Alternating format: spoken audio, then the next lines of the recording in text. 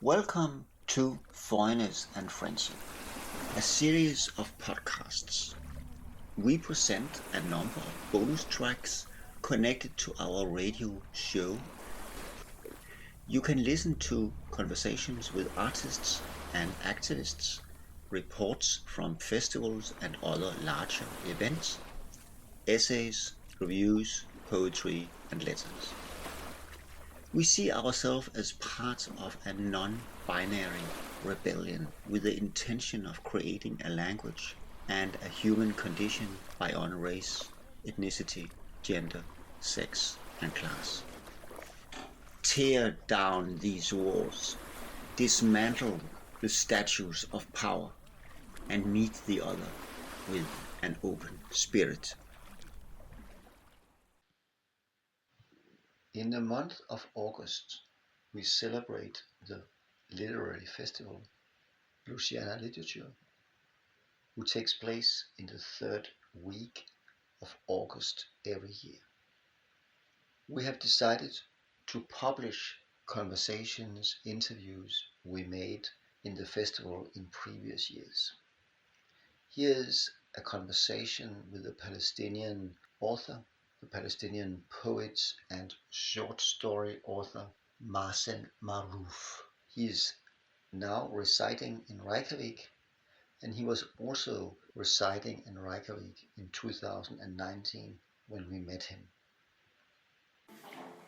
Yeah, I think it's... So Klaus translated? Yeah, it's himself, and I think he used to be... Yeah. He used to be the director of another publisher for many years, but now apparently he has made his own small one, which is because I thought he retired actually. Yeah, okay. But apparently, it's in his blood, probably. Yeah, I think maybe it's difficult to stop if you Of course, start it's something like writing. So you're also. passionate about it, you know. Yeah, Like, I think so. and I guess it's more about passion, and you cannot quit easily.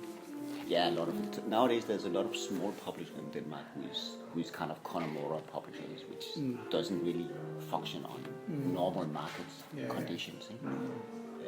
And they are actually the ones often who publish the interesting book, because a lot of the nice books is hard to sell because nobody really wants to buy them. So the big publishers are kind of settled with bestsellers and also good books, but there's this market issue which has been troubling, and therefore a lot of small publishers also just like he's like a one-man thing. Maybe publish a few books once in a while. Some small publishers like to focus on few books. Yes. Like, I know examples like that. And I think it's very good when a publisher is really committed to a book, you know, like they are just... Yeah, of course, it is it's a different story, so to speak, and maybe you as an author, the one who is translating, also have bigger influence somehow, or you can talk about it more directly. I think authors are not, or at least when it comes to market issues and, you know, all this, it's not on my radar or radar, you know.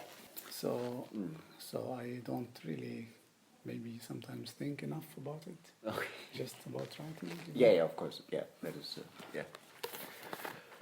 But you wrote this book. Actually, you have written a lot of other books also. No? I published 4 books before that. And this is.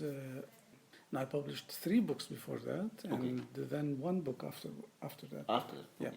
But they are not translated, or they are. So 1 poetry book was translated into English, into French, and some poems are translated into English and other languages. Okay. Some stories are also not here, not within this collection, are translated into different languages.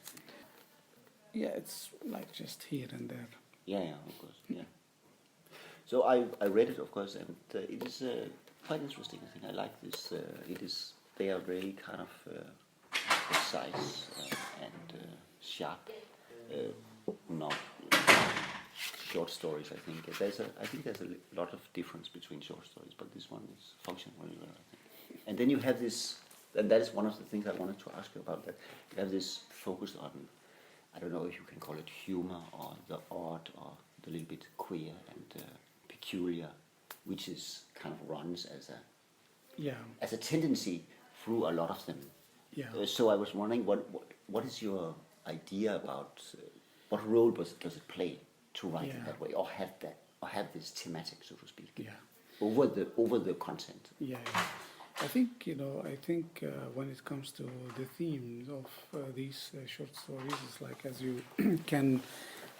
you probably knew that they take place during a wartime. So there is like this twist between tragedy and comedy, and I think this relation is very classic between tragedy and comedy. And I think when you are humorous and you're like trying to make fun of things, you have wider space. You have you are breaking through the fists of the tragedy, because tragedy suffocates you in a way. Like it manipulates your imagination and your feelings. It's one of these situations where you feel that you're totally submissive to it. But when it comes to humor, humor breaks through. And I think when I wrote this book, I didn't think about the ideology of humor or in a philosophical way or anything. I just wrote it, and they came out like that, these stories. But when I'm often asked about the humor in these stories, I go back in memory to the times of war in Lebanon, and how people in the times of war, and when shelling sometimes was taking place, and when people were just all the time trying to make fun of each other or to make any joke of simple things, they were thirsty for a joke. It was like kind of a way to defy death, or threat that we are about to die. So what do? Do we submit, or we have the last chance to say a joke or something?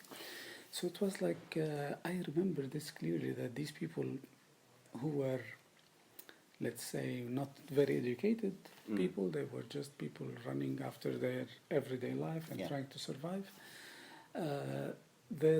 One of their main concerns was to keep humor alive, and to keep humor in the air. And I think probably, maybe in my mind or subconsciously, I wanted to reflect their voices, because these stories, though they are imaginative, and I can say that they don't really use much of the reality of the war, but I use the war as like a very general setup and the umbrella like that characters live under. But I think these characters here that are fictional, but some of them are based on real characters, like more or less. I probably wanted to be honest to the true nature of these characters, definitely, because I lived in a neighborhood that was also violent, that was very all these people were displaced by the war, and people were arguing, fighting, they were tensed, but they were honest in a way that they would just speak out their emotions and how they think about you. And I think this is something that we lack today in the world, that this amount of honesty, even if it's brutal sometimes, but I think it saves time, So it is kind of a liberating factor, so to speak. Because the striking thing, if the reader knows about your background, then the striking thing is that this war context is like almost invisible. It is you can in some of the stories it is there as a very kind of vague surrounding, but it's kind of far away from the story itself. And in some of them it is not there at all. Especially by the end, there's a couple of short stories where you don't know where we are at all, and there's no reference to that. And that is maybe the striking thing, I think. But all the kind of theory of humor that you're speaking about, because that is a general thing that we use it as kind of a liberation tool, or to get away from, or not only think about the strategy all the time. So of course, we all have our existential troubles that on the daily basis. I think we all struggle in a way, to keep ourselves alive. you know, to just like to get to know ourselves better. Anyway, but I think in these stories, definitely it was a liberating factor, and it was like also because when you live an experience, when you live the war, sometimes you don't realize how traumatized you are, you know, and you don't realize the long-term effect of. And when I moved to Iceland, I started to clash with this memory. When I was in Beirut, I didn't think much about all these memories because I was in contact with the place, with the setting, with the people, you know, with the atmosphere, with this society that. So it was like you were living in kind of standards, like under, you know, some standards that are really weird, you know, but it's like when everybody has faced the same thing more or less, and everybody is frustrated the way you are and traumatized the way. So you think that, oh, everything is normal. And so it's not something that you talk about in that way, and you can't talk about it because there's some guy going to die tomorrow also maybe. Definitely, and you just like you think that we all share the same fate, we all share the same story. Nobody is privileged here, and nobody is less privileged. So we are just all have our stories, and you know, you meet people who had terrible losses, and their traumas are much bigger than yours. But when I moved to Iceland, I started to because I didn't have any social reference in Iceland. I didn't have a history in Iceland. I started to seek a history of mine through clashing, like through the memory itself. That I wanted to understand. It was like very good for me to move to Iceland so that I would try to understand this memory and how it functions and why am I remembering all these things. And of course it was like heavy to experience this. So I think automatically, or maybe in a kind of, to save the fiction in a way, I used humor. Otherwise maybe it would have been very dramatic and people and readers would not feel it, you know, like they could approach this text more or less. So this aspect of moving to Reykjavik, is that just a matter of being somewhere else, out of the context, or does it also have to do something with Reykjavik as such? Does the place, so to speak, mean something? The reason why I'm asking is that I went to Iceland many years ago, and I really thought that everything was very weird and very different, and it kind of also gave some kind of space of thinking, because everything around me looked peculiar or different, and then there's you are free to think whatever you want because you are not grounded. So I was thinking, do you think that Iceland as such, as a place, has an influence on how you were kind of processing? I think Iceland, or Reykjavik, let's say, because let's talk about Reykjavik, the city, because I haven't been in all Iceland yet. Reykjavik is very much anti-Beirut, you know, in a way that it's really not that loud. It doesn't have a modern history of war, you know. It didn't have any, you know, any kind like of similarity. Like Reykjavik is not similar to Beirut on many levels, except of course when it comes to the enthusiasm of people in literature or art, or you know, like. But so I have to say that I moved from a place to the anti-place, you know, and this like, it's very similar in like in chemistry or physics, when you're just like when you are decomposing the matter, you know. So all the atoms or cells, you know, if we're talking about organism, they get drifted apart a little bit, and you feel that everything is like, you know, about to scatter in the air, that you don't have a center of mass anymore, you don't have what pulls you to the ground here. And I think, of course, Reykjavik has this history of, like, as you say, that people just, you can be yourself, nobody judges you, people don't judge you there. And at the same time, people might not be as expressive as or emotional in Beirut, but they are very also enthusiastic about what they do. So I think Reykjavik, of course, definitely, you know, like this, like peace there that disturbed me, you know, like that suddenly I find myself in a very peaceful place, but the peace is disturbing. You know, it's not. it's not reassuring, you know, it's like not peace that makes you feel happy or, you know, relaxed. It's peace like that disturbs you, because I realized that all these emotions like frustration, insecurity, traumas, they were still carried with me, and they needed it like a haven. They needed a social condition, a social situation to be poured into, but this social situation was not there. Reykjavik people are not, you know, like people who would be clashing in the street or would fight, like, or, you know, would shout, or, you know. So I started to reflect into, you know, clash with my own stories in a way. And I think I wanted to trick the memory through fictionalizing the facts, so that I thought, okay, maybe this is for long term, it will be protecting in a way that if I come back to these stories, I don't know anymore if they are real or they are fiction in a way. So I think it was also part to trick the memory and to deal with the memory, you know. So this book is really, really personal, I think, though it's very fictional, but it's quite personal. It had like some things to do with me, you know, like I wrote it just to maybe heal myself out of these like issues that I carried, whether it's related to the family, as you can see the relation between the father and the son, or whether it's related to the war, or whether it's related to these characters that I always view as superheroes because they could survive, you know, the war, and they continued their lives, you know, between brackets normally, or they tried to. So I think on many levels this book is personal. And it's personal in a different way than the other books you have written.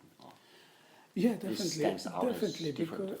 because this I used to write poetry before, and then this is my first fiction book. And I think when you come to fiction, you come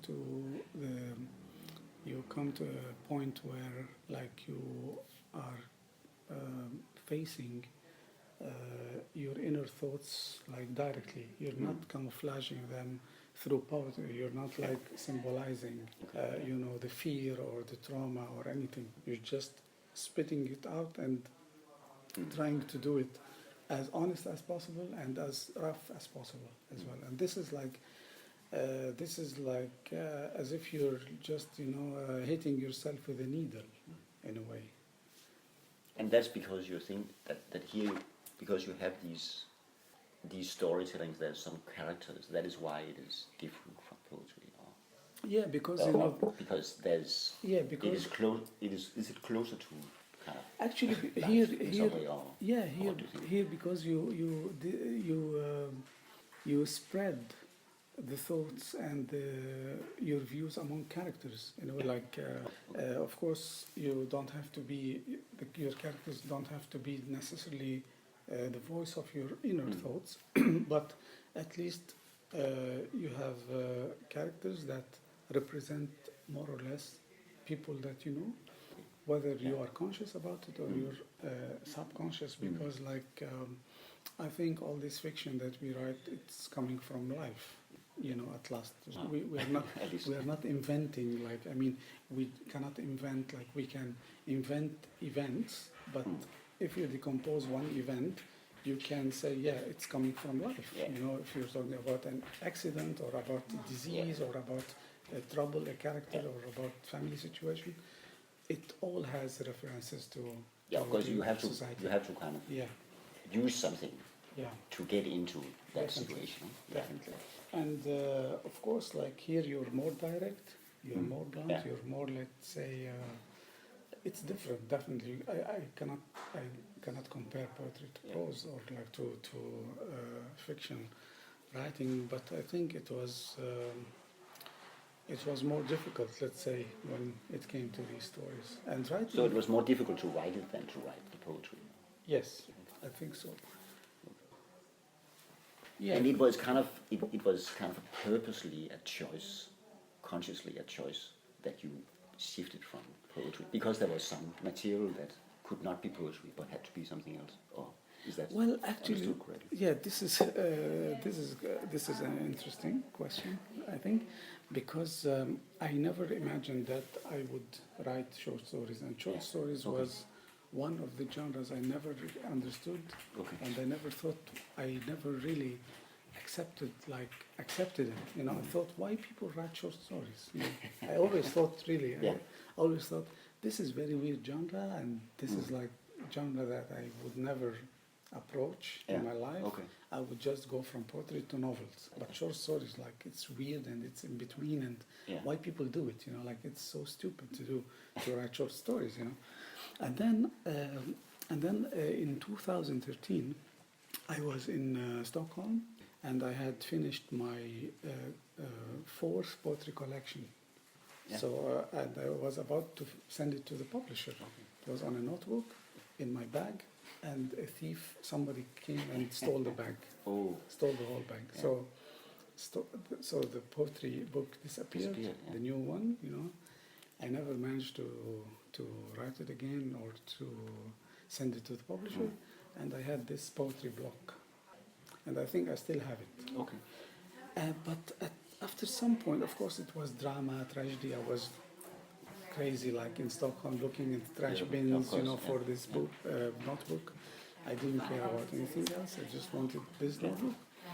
But then I realized that of course, I didn't find it, and I realized that I had this poet block. I'm not writing anymore for some time, and then after some time, I wanted to write again, but not poetry. So, and of course, at the same time, I got much more involved in short story reading. So I was reading lots of writers who were like, you know, not lots maybe, but I was Yeah. reading short So stories, yeah. you know, like, so I think, and then I understood, let's say, I less misunderstood the genre of short story in a way that, and then I started to write short stories. I found myself that I'm troubled inside, and I need to write something, you know, to just evacuate, just like, you know, pour my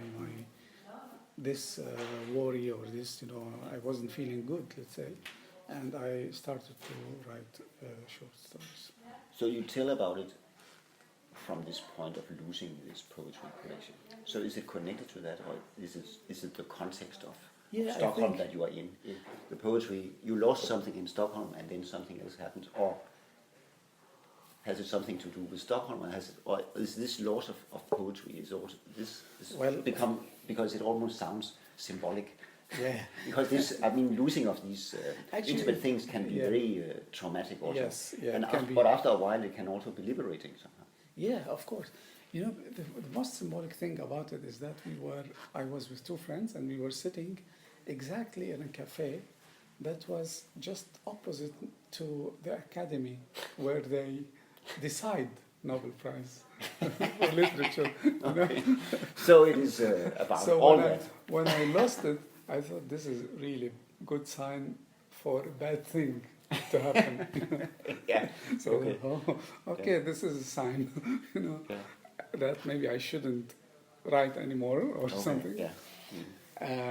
But it's definitely, you know, because I used to write poetry that always had a short story narrative, poems. It's always like a story happening in the poem. Okay, so that was a kind of a narrative type of poetry. Yeah, it was narrative type, but it was like sometime talking about life details in a minimalistic tone, always about the individual, you know, always about this individual. And I think I always, while I was writing poetry, I remember this feeling that I was thinking, this poem has a story, you know, it's like a story, and maybe it means something. It means something else other than poetry. It's something that, why do I have this, you know, why do I like to write it in a form In of that way. story? So I always question this. And actually, just want to elaborate on the fact that why I used to write poetry in the individualistic sense, because you know, the poetry in the Middle East in the 60s and the 50s and the 70s, especially with the cause of Palestine and all the situation there. The poets were not allowed to write about themselves or about their self or individualistic being. They had always to write about some cause that is collective, that is like, for example, that touches the nation, that's, very national or pan-Arab national or... So, I mean, social issues, that's what you mean. Social issues like, for example, if you couldn't write a poem about you waking up in the morning, drinking coffee, thinking about your lover or thinking about your dog or, or your car or your neighbor or, So it was because that nobody did that, or no, you were saying you could not? No, because it was like, as an individual, you're not important. What's important is the cause of Palestine, or like these big causes, that you have to write a political poetry. Poetry has to express something beyond your existence, so you cannot be, if you do this, you're arrogant, if you wrote about yourself, you're arrogant.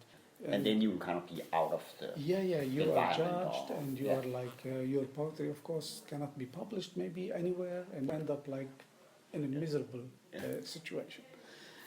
Of course, on the contrary, like that some poets from Egypt were joining the surrealistic movement in France and the United States. And they were writing whatever they wanted, but because they lived abroad, it was... Then they could do it. They could do it. But they will not be able to do it in Egypt either. Or? Well, it's not able. You could always write it. You wouldn't find like somebody to publish it, and this poetry would be seen like as very bizarre and stupid poetry or like not important. And, so that's why I think it was for me. Very important that as a Palestinian, to talk about me as a Palestinian in Lebanon, not as a Palestinian who belongs to the cause of Palestine, part of this situation, but to talk about the individual who lives day by day, and what is their struggles, or how they see the world, or how they are angry at the world or happy with the world, because like I think Palestinians still feel that to some point that probably because they are very dramatic, Palestinians are dramatic because of what we pass through. We always try to magnify things in a way that we want the world either to be with us, fully with us. Otherwise, we would like be unhappy. And of course, the situation is more complicated than that, because when it comes to humans, have different layers and they are composed of different characters and different thoughts. So I think that's why in this book probably you might not find a sign about me as a Palestinian here, but you would find signs about the war, about individuals under the war. And of course, I want to say something here that all these people who live the war situations, they experience the same consequences when it comes to the psychological level. So on the psychological level, they are almost all the same, more or less. If you take the Balkan wars or wars in Africa, Rwanda, or Palestine or Lebanon, Syria, and you take all these people who have experienced like fear and trauma or the situation of war, they are basically the same result. It's the same experience of the same experience on the psychological level. Maybe this person had lost more than that, but they are traumatized, and they are like so. So it's very damaging and it hinders any development in the society. So I wanted to talk about that and to reflect. That's why you might not find traces of Beirut here, or like you might not be able to say, oh, this is Beirut, or this is like Ramallah. No, it is always something that is behind, or like a kind of a distant curtaining that is around it, and then you place these actually very daily life activities between characters. And I think that is also part of the strength of the novels, that you can't really you can't occupy yourself with the big picture. Yeah. Because then the stories would be totally different, because then you would think about the story of Palestine and the story of Beirut, and then this would be the focus. Yeah. But here you are kind of decentered that focus to everyday life, so to speak. Yeah, because it's like, I think it's more humane also and more honest to talk about how people struggle to live under the war. They are not passive. People are not passive, you know, and they are not submissive necessarily. They just struggle. They live their life. They live their fantasies, you know. And I think, of course, here in these stories, I tried to magnify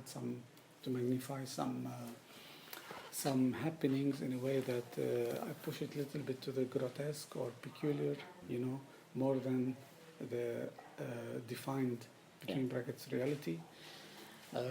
And this also gave more space to characters to be more crazy or to be more unexpected characters. Because I try also, at some point I try to challenge the kitsch. At the same time I try to break through, you know, always. Like what is kitschy in the story or what I believe it's been done before, you know. So I try to always skip what has been done before and try to look for new lines of narrative or story, let's say, or events. I think just this relationship between the real and the non-real.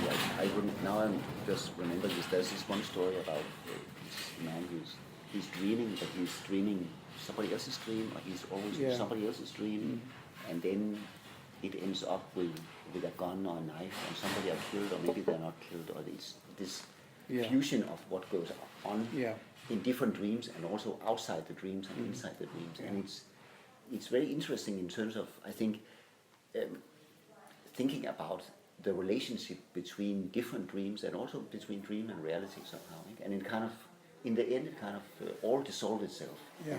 And you don't really know what went on, but you also, there's no boundary between the dream and the non-dream. Because I think we are still privileged by the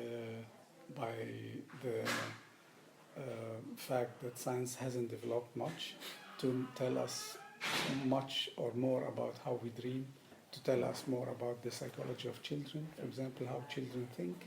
We assume that they think this way, and we assume that maybe when we dream it's happening because of this and that. And this gives us more space, because it's like still unknown, gives the writer more space to try, you know, experiment, like the way he or she sees dreams or considers dreams. You know. And I think this story, I really like. I mean, it's really bizarre to say I like this story, but but it is beautiful because it has because you know, I think because I think we as humans, we are like our life and everything that happened around us and with us, you know, we are just details when it comes to other people's lives, you know. So we are just like very secondary. We are very like you know, on the margin. We are just passing by people. While you live your life, you have all these troubles and joyful moments, and you have all your thoughts, projects, dreams, everything. But for some other people, because we are self-centered as humans as well, you're just a detail. You're someone nice they met, and they're not interested anymore because you know they are also occupied. We move on, and this is like, and this is also amazing because people are still, despite of the self-centricity, they are still able to communicate with each other. You know, I think maybe now like we communicate on a more bizarre standards, like the media, when the media tries to tell you very much about food, cars, fashion, sports, you know, but not about other cultures or you know other people. Like, so you find yourself sharing with somebody from the other side of the world lots of interests, but you don't know about each other. You know, but you know about cars, you know about football, you know about whatever. And I think this is sad, and I try to reflect this thought in the form of this story, where this character always finds himself as a secondary, not the main character in his dreams. So yeah. Yeah, I think I was just. I noticed myself, if I'm kind of in different places of the world, that you are right that we can communicate about a lot of things. But I also often thought in my head that what are we communicating about? Because my experience is so different from yours. But we can communicate, of course. But so we assume that we communicate, or we assume that we have a conversation. We assume that we understand each other. But even it might be very different from what goes on in one head and in another head. Yeah, maybe. And I think that is something that you often would think about if you place yourself in a context which is not your own, or where you feel alienated, or where you feel different or something, because then this issue pops up in your head, because how can I understand this place? And do they understand me, or do I understand me? Or are we just assuming because we have some global codes of communication, which we plot in, and then we pretend sometimes that we are like, okay, let's sit and talk, and then I know nothing about you, you know nothing about me, except for this book, which doesn't represent me, you know. No, of course, it's just like part of me. And at the same time, we try to make a constructive dialogue. And I think this is very weird, you know, when it comes to humans, you know, that they push themselves to communicate sometimes, though they really far away from each other. But I think also this is like what makes life also continuous in a way that people are curious about each other. That's why I think all these battles and annihilations of civilizations happened, not only because nations wanted to dominate, or one king wanted to invade, but was like the curiosity of these kings, or something that I want to go see how these people live, and I want to control them at the same time. You know. Yeah, because that is a way of curiosity. Or that can be a way of perform your curiosity, kind of process the different or the other. To be involved with them. In a way, and to be involved in the way that suits you the most, so you control them very simply. You know, and I think all these probably features of humans had determined the course of history. You know, that we are curious, we are sometimes enforcing. You know, but at the same time, we want to know more about each other, and we have to know more about each other. You know, it's like people, because I think. But sometimes there's also kind of, I think, an etiquette of if somebody kind of invade my space or comes to where I am, I also, out of politeness, have a conversation, or not politeness as such, but it's just a customary thing. That we also communication is also a customary thing. That if I come somewhere, then there will be somebody who are asking me where I come from, because that is what you're supposed to do somehow, and then there can be a communication, of course. And this can be also offensive in a way that you have these standards, you know, social codes or standards that you have to talk to them, and if you don't talk, if you're not in the mood to talk to them, and you don't talk to them, you're rude. Sometimes, and sometimes I think all these social standards or social definitions of how to communicate and how to say what to say, and how to be kind to people, and, you know, it frustrates. It makes us more frustrated as humans. That's why you read about all these killers who are very nice to their neighbors, and you know, or like they never really, you know, and but there's something else there. They accumulate, you know, they try to be nice, and then they cannot take it anymore, and then they go kill somebody. You know? And this is like social pressure, of course, that's enormous, and that's inhumane. And now with all this, like, with our modern times, with all this neo-Buddhist way of thinking, you know, that you have to be true to yourself, you have to be true to your, you know, like true to your potentials, you have to experience what you can do, and you have to go after your own pleasures. You don't care about The others, you can fall in love with 3 people at the same time and you don't care about their feelings, all about how you feel. If you feel good, that's fine, you know, you don't think about the others.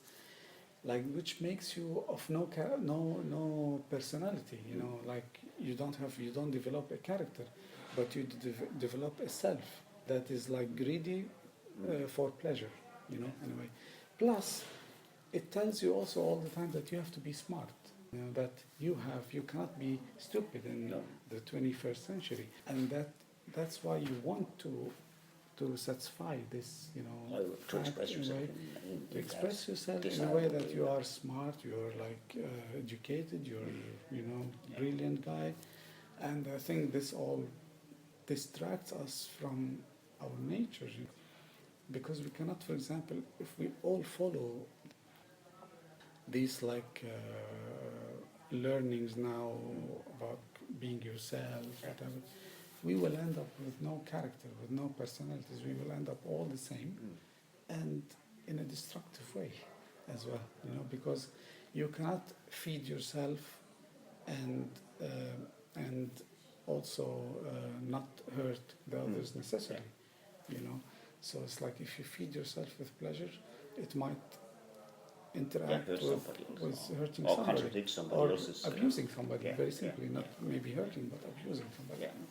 So I think, we. But this is a very kind of focus on the individual, on the selfishness, and also in a modern time where exactly performance is very it's very importantly that it is a type of, which is something I personally really don't know how to do, you know, to perform, and, you know, and I'm very, very happy when I'm expressing myself honestly, and it's much better than taking what I want from people and just throwing them away, you know. But maybe that is also the kind of a typical feature of the writer, or that type of the artist that the writer is in, because that is somehow a solitude situation, and then you want to clear the space. Decide when you are in a public space and when you are not in a public space. But that is very contradictory to what the tendency is right now in our modern world, because then we can never be. I mean, we can never really be in a social situation, but we are in a social situation all the time as an individual who has to perform in the right way.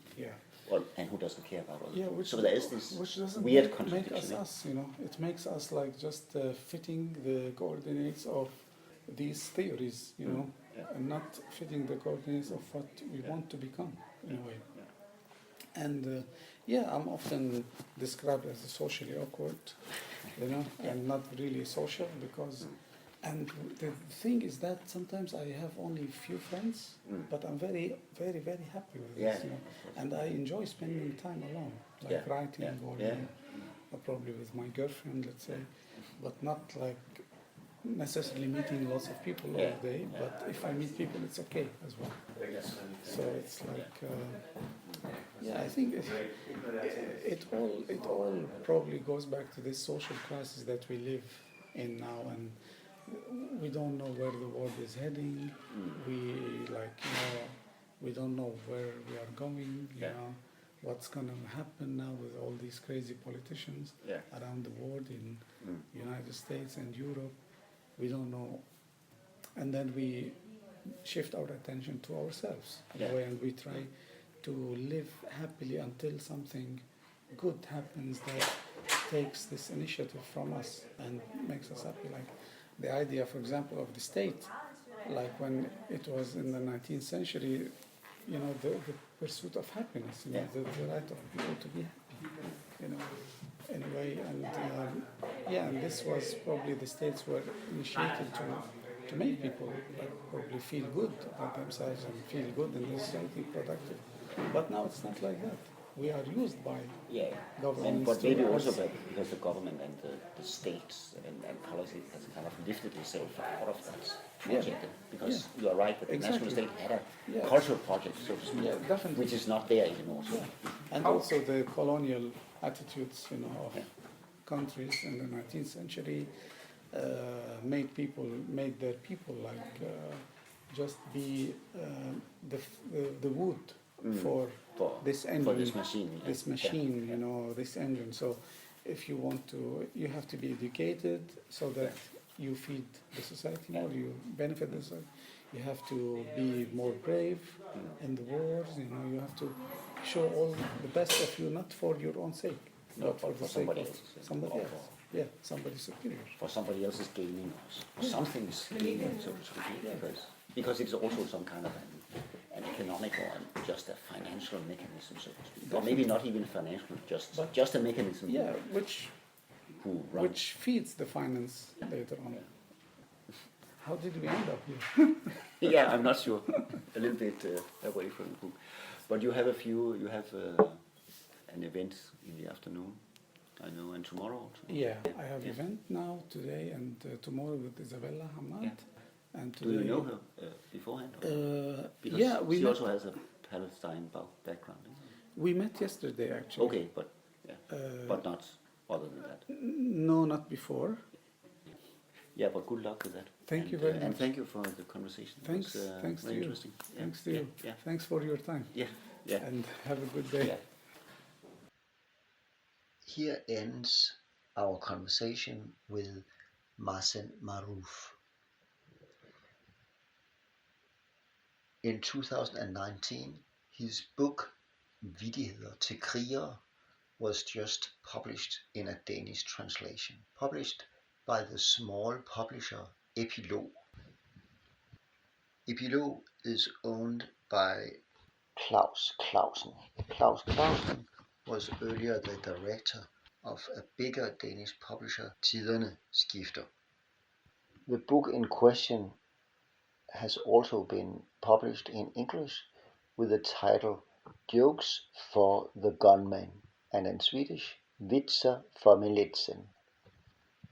The conversation with Mazen Maarouf was not originally intended for publication, but we are publishing it now to celebrate the festival, but also with the blessing of Mazen Maarouf himself.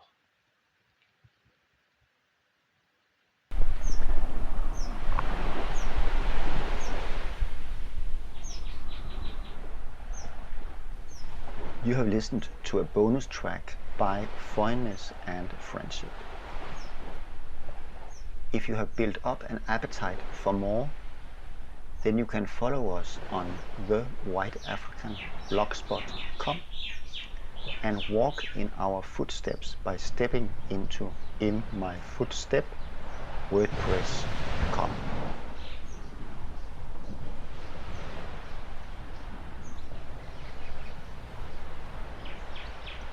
We broadcast new episodes of our radio show every first Tuesday of the month, available on your preferred platforms.